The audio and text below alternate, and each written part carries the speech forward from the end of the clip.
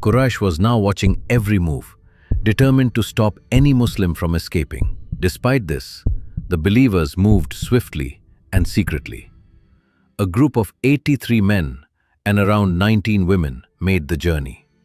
Some records suggest the number of women was 18. It remains unclear whether Ammar was among them.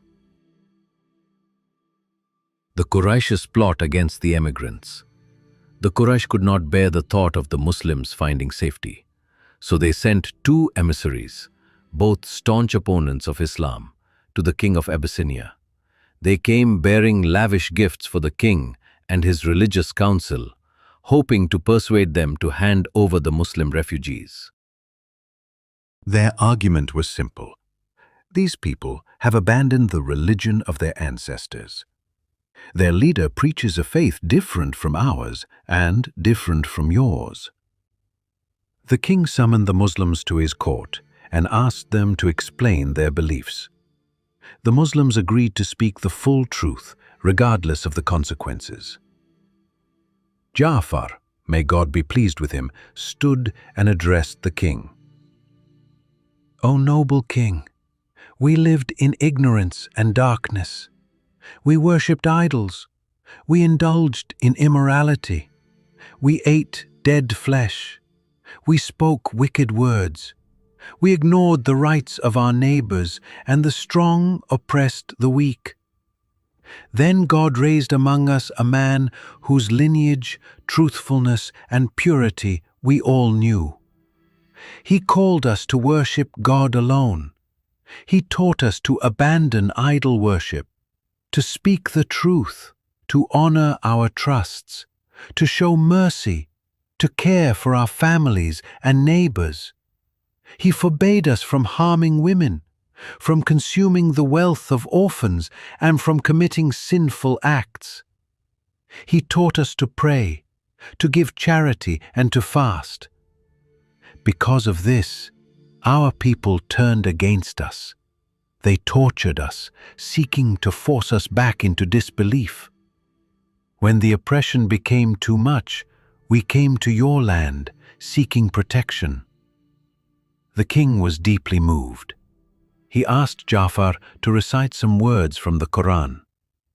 Jafar began reciting verses from chapter Mary, chapter 19, which describes the miraculous birth of John and Jesus, and the blessings given to Mary.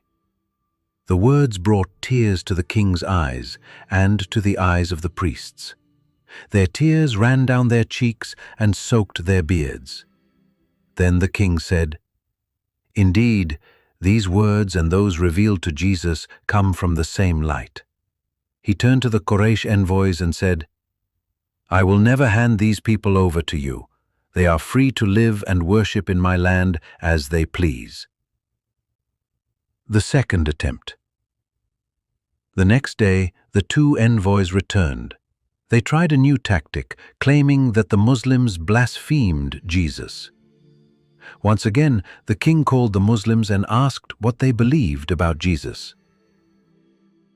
Jafar stood and replied, "We say what our prophet, peace be upon him, taught us. Jesus is the servant of God, his messenger, his spirit, and his word, granted to Mary, the Virgin." The king responded, "That is exactly what we believe. Blessed are you, and blessed is your teacher." Turning to the angry Quraysh envoys and priests, he said, "Say what you like, but Jesus is no more than what Jafar has said." He promised the Muslims full protection. He returned the Quraysh's gifts and dismissed their envoys in disgrace.